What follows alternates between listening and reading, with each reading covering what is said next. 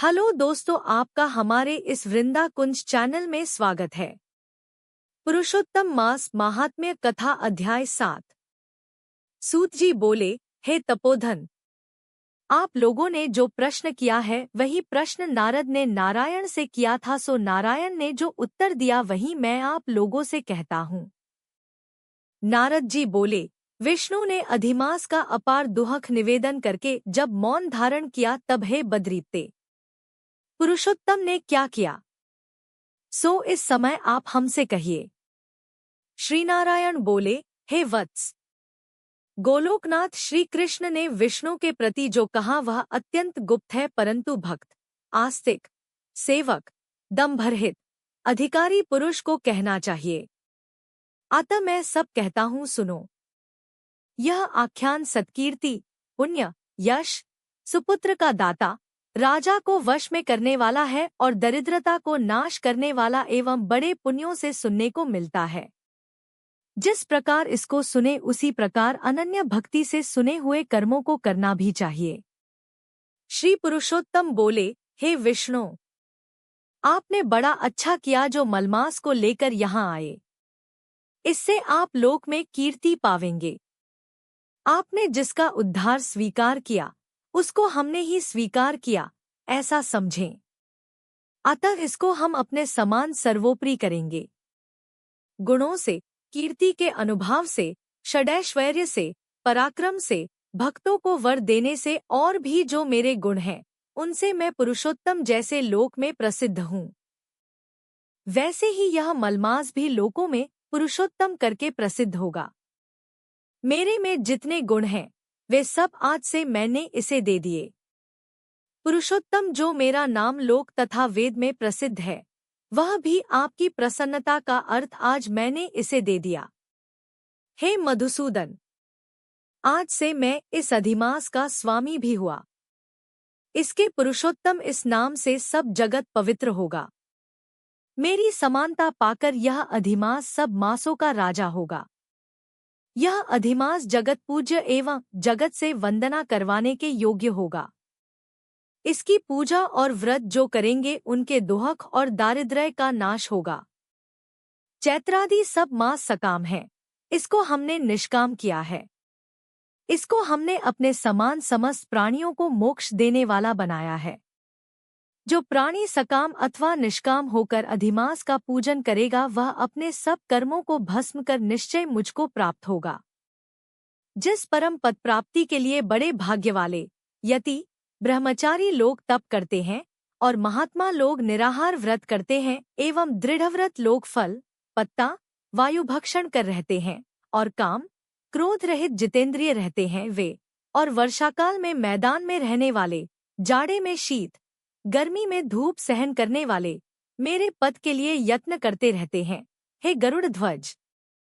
तब भी वे मेरे अव्यय परम पद को नहीं प्राप्त होते हैं, परंतु पुरुषोत्तम के भक्त एक मास के ही व्रत से बिना परिश्रम जरा मृत्यु रहित उस परम पद को पालेंगे। यह अधिमास व्रत संपूर्ण साधनों में श्रेष्ठ साधन है और समस्त कामनाओं के फल की सिद्धि को देने वाला है। अतः इस पुरुषोत्तम मास का व्रत सबको करना चाहिए। हल से खेत में बोए हुए बीज जैसे करोड़ों गुना बढ़ते हैं, तैसे मेरे पुरुषोत्तम मास में किया हुआ पुण्य करोड़ों गुना अधिक होता है। कोई चातुर्मास्यादि यज्ञ करने से स्वर्ग में जाते हैं, वह भी भोगों को भोग कर पृथ्वी पर आते हैं। परंतु जो पुरुष आदर से विधिपूर्वक अधिमास का व्रत करता है वह अपने समस्त कुल का उद्धार कर मेरे में मिल जाता है, इसमें संशय नहीं है।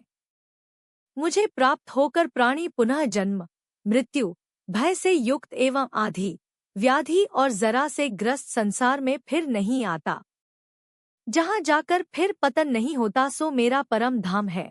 ऐसा जो वेदों का वचन है वह सत्य है, असत्य कैसे हो सकता है। यह अधिमास और इसका स्वामी मैं ही हूँ और मैंने ही इसे बनाया है, और पुरुषोत्तम यह जो मेरा नाम है सो भी मैंने इसे दे दिया है।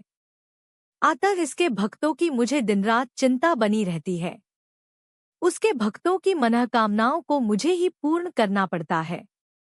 कभी कभी मेरे भक्तों का अपराध भी गणना में आ जाता है, परंतु पुरुषोत्तम मास के भक्तों का अपराध मैं कभी नहीं गिनता। हे विष्णु, मेरी आराधना से मेरे भक्तों की आराधना करना मुझे प्रिय है। मेरे भक्तों की कामना पूर्ण करने में मुझे कभी देर भी हो जाती है, किंतु मेरे मास के जो भक्त हैं उनकी कामना पूर्ण करने में मुझे कभी भी विलंब नहीं होता है। मेरे मास के जो भक्त हैं वे मेरे अत्यंत प्रिय हैं। जो मनुष्य इस अधिमास में जप दान नहीं करते वे महामूर्ख हैं, और जो पुण्य कर्मरहित प्राणी स्नान भी नहीं करते एवं देवता तीर्थ द्विजों से द्वेष करते हैं, वे दुष्ट अभागी और दूसरे के भाग्य से जीवन चलने वाले होते हैं। जिस प्रकार खरगोश के सींग कदापि नहीं होते, वैसे ही अधिमास में स्नानादि न करने वालों को स्वप्न में भी सुख प्राप्त नहीं होता है। जो मूर्ख मेरे प्रिय मलमास का निरादर करते हैं और मलमास में धर्माचरण नहीं करते, वे सर्वदा नरकगामी होते हैं। प्रति तीसरे वर्ष पुरुषोत्तम मास प्राप्त होने पर जो प्राणी धर्म नहीं करते वे कुंभीपाक नरक में गिरते हैं और इस लोक में दुख रूप अग्नि में बैठे स्त्री, पुत्र, पौत्र आदिकों से उत्पन्न बड़े भारी दुखों को भोगते हैं। जिन प्राणियों को यह मेरा पुण्यतम पुरुषोत्तम मास अज्ञान से व्यतीत हो जाए, वे प्राणी कैसे सुखों को भोग सकते हैं। जो भाग्यशालिनी स्त्रियां सौभाग्य और पुत्र सुख चाहने की इच्छा से अधिमास में स्नान, दान, पूजनादि करती हैं, उन्हें सौभाग्य, संपूर्ण संपत्ति और पुत्रादि यह अधिमास देता है। जिनका यह मेरे नाम वाला पुरुषोत्तम मास दानादि से रहित बीत जाता है, उनके अनुकूल मैं नहीं रहता और न उन्हें पति सुख प्राप्त होता है। भाई, पुत्र, धनों का सुख तो उसे स्वप्न में भी दुर्लभ है। अतः विशेष करके सब प्राणियों को अधिमास में स्नान, पूजा, जप आदि और विशेष करके शक्ति के अनुसार दान अवश्य करना चाहिए। जो मनुष्य इस पुरुषोत्तम मास में भक्तिपूर्वक मेरा पूजन करते हैं, वे धन, पुत्र और अनेक सुखों को भोग कर पुनः गोलोक के वासी होते हैं। मेरी आज्ञा से सब जन मेरे अधिमास का पूजन करेंगे। मैंने सब मासों से उत्तम मास इसे बनाया है, इसलिए अधिमास की चिंता त्याग कर हे रमापते, आप इस अतुलनीय पुरुषोत्तम मास को साथ लेकर अपने बैकुंठ में जाओ। श्रीनारायण बोले। इस प्रकार भगवान श्री कृष्ण के मुख से रसिक वचन श्रवण कर विष्णु अत्यंत प्रसन्नतापूर्वक इस मलमास को अपने साथ लेकर नूतन जलधर के समान श्याम भगवान श्री कृष्ण को प्रणाम कर गरुड़ पर सवार हो शीघ्र बैकुंठ के प्रति चल दिए। इति श्री बृहन्नारदीये पुरुषोत्तमास महात्म्ये सप्तमोध्याय। जय जय श्री राधे।